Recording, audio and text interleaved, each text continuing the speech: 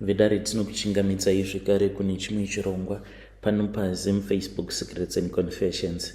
Tadzoka zvekare nemamwe mamessages. Regedzai tibva tapinda mumamessages edu natadzoka takakubatirai.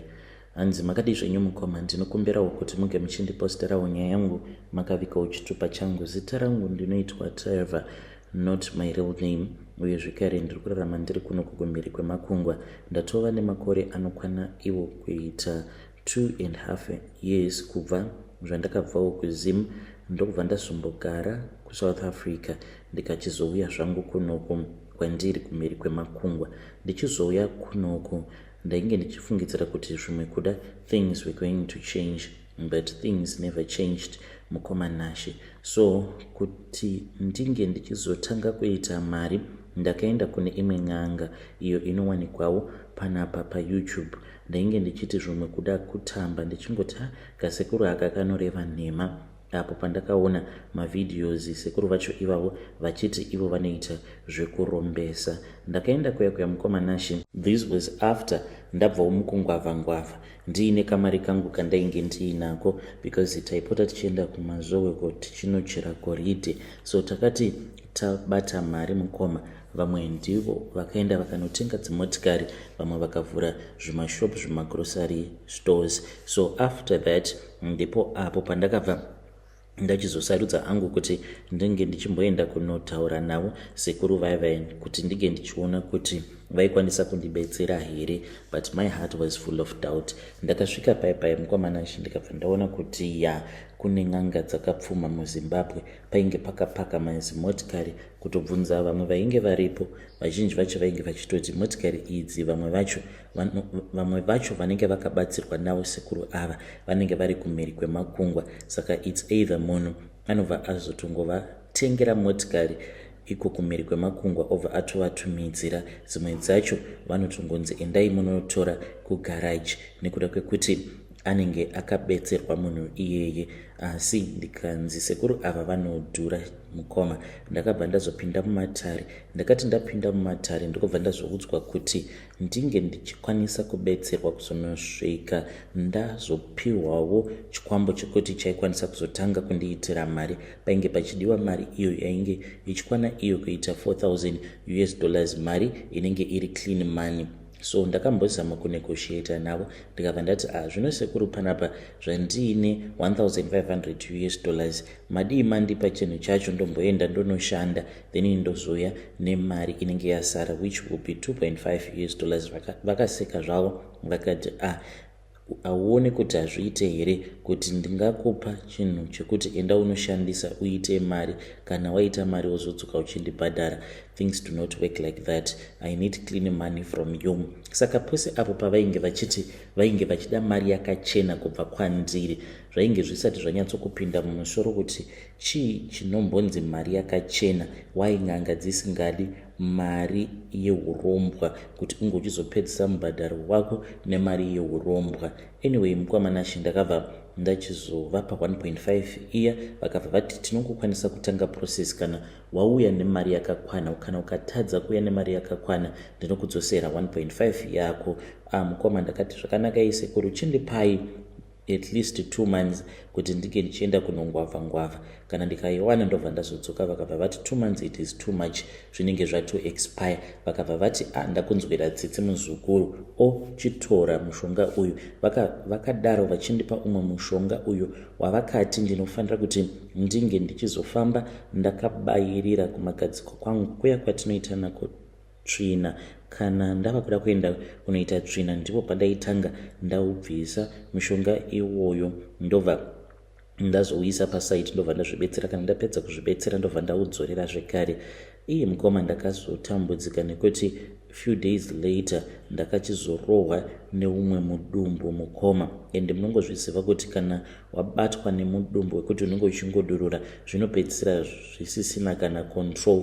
Mukoma ndakapedzisira ndava kungobata tsvina, nekuti by the time pandaizokwanisa kumhanya ndichienda musango waitonzwa kutoti manyoka aya anenge atodongorera atova pamuromo kungonotorona kudai zvaibva zvatongobuda. Saka ndaizotopara ndichito kutora mushonga uya kuti ndige ndichiudzosera apo pandainge ndakanzi ndaifanira kugara ndakaubayirira. So ipapo mukoma ndainge ndadzokera zvekare kumakomba. Zvinhu zvakamboti omei mazuva ekutanga, but one day mukoma Nashe ndipo pandakazongoti ndichitaura neumwe bhaya. Saka tainge tigere mumotikari make. Bhaya uyu ndakabva ndazomubira mari, akangoreceiva a phone call, ndiye uyo ndokubva atoburuka mumotikari. Saka ndichinotarira ndakabva ndaona kuti mainge muine mari yainge yakawanda yainge yakaiswa muzvipoka mumaplastic bags akasiyana siyana.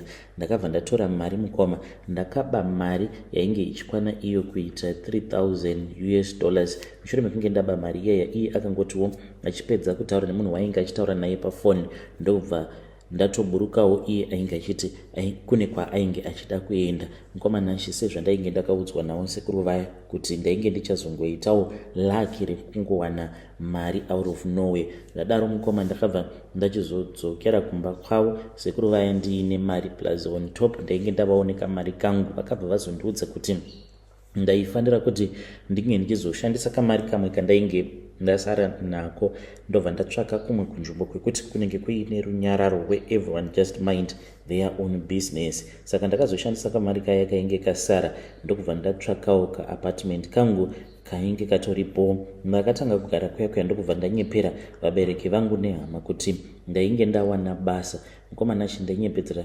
kuita sekunge ndinoshanda online, izvo ndainge ndakamirira kuti chikwambo changu chinge chichizokwanisa kutaura neni. So mukoma, zvimwe zvandakaita I think kuti kana Mwari havangambofi vakakwanisa kundiregerera, nekuti mukuromba kwangu ndakashandisa bhaibheri. Ndine bhaibheri randainge ndakanzi ndinge ndichitenga. Mushure mekunge ndatenga bhaibheri riya, ndokubva ndadzokera naro bhaibheri iroro kumba kwavo sekuru vaya. Ndakati ndadzokera naro bhaibheri iri, vakabva vazorivhura mukoma Nashe. Vakati varivhura, ndokubva vatanga kumwaya vachimwaya mushonga. Vakabva vazoisa kamwe kamuti, vakabva vati pose kubva nhasi paunenge wava kuda kuzvibetsera haufaniri kuti unge uchiitira muchemba kwete. Nanhasi mukoma ndizvo zvandinoita.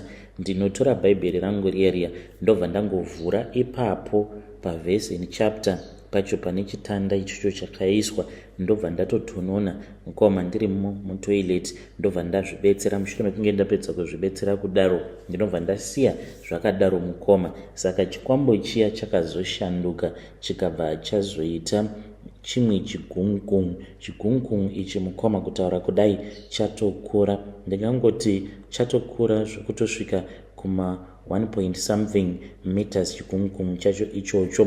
So chinouya chobva chadya tsvina yangu, asi museredzero ndine imwe hari iyo yandakanzi ndinge ndichitenga pandakazotanga kuita mari.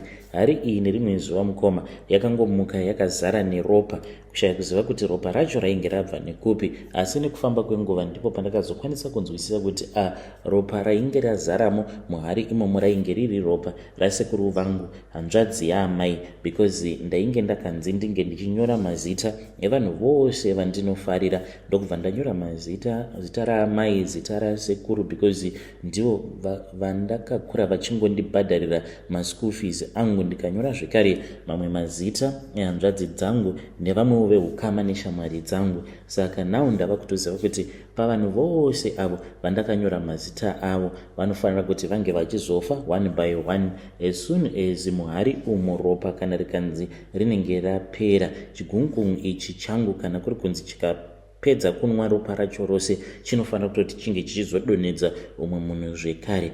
Zvadaro ndakatanga kuita mari mukoma Nashe, ndikatenga motikari dzinodhura, ndikabva ndatanga kuenda kune imwe chechi yavamwe profeti vane mukurumbira. Ndichienda ikoko mukoma kwainge kuri kuda kurasisa zvangu vanhu. Saka ndakabva ndatoona kutoti zviri kuitwa kumachechi inhema dzega ivo zvavo chipo chekuona vanacho, because vakatondiona. Ndokubva ndazoudzwa kuti ndaifanira kuti ndinge ndichizodzoka mangwana acho for a prayer session. Takabva tazoti paya patainge takamirira ma1 on 1, ndokubva ndazowanawo mukana wekutaura navo, but unlike vamwewo vainge varipo ndakabva ndazonzi ndinge ndichienda kunovamirira kuofisi kwavo ndokubva vazouya kuofisi vakabva vatondiudza plain and simple kuti inini yandainge ndichiita yenge itori satanism, izvozvo zvekuromba. Saka zvainge zviri kwandiri to give up my life to Christ, then vobva vandibatsira kuparadza chikwambo changu. But mukoma ndakabva ndazovaudza kuti ndainge ndichida kuti vange vachindibetsera hongu kuparadza chinhu chacho ichocho, but at the same time ndainge ndisingadi kuti ndinge ndichizova murombo. Vakanditi how much money do you have? Ndokubva ndazovati kana muchida you are free to come to my place where I am renting out. So vakachizouya mukoma after a couple of days ndokubva ndazovarakidza mari. Mazuva acho iwawo mukoma ndainge ndisati ndaziva kuti chii chinonzi kugeza mari, izvi zvemoney laundering.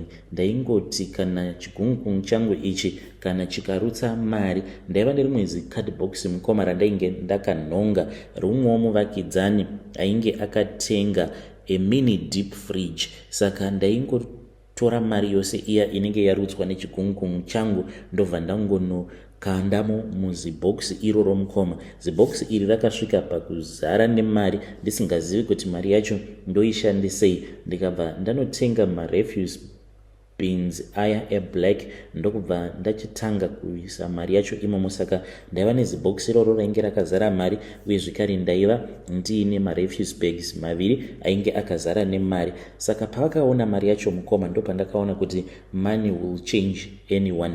Hapana zvekunzi uri muprofita kana ani, as long as paine mari mukoma munhu anotongoita zvinoita kuti nayewo ange achikwanisawo kuzodyawo ipapo. So profit ava vakabva vanditi unozviziva here kuti unokwanisa kutosungwa because mari yose iyi yauinayo uchabvunzwa kuti wakaiwa nepi. Ndikati zvinondoita sei because inini chinhu ichi handichachidi because chiri kuramba chingorutsa mari and handichazivi kuti mari yacho ndoita sei nayo.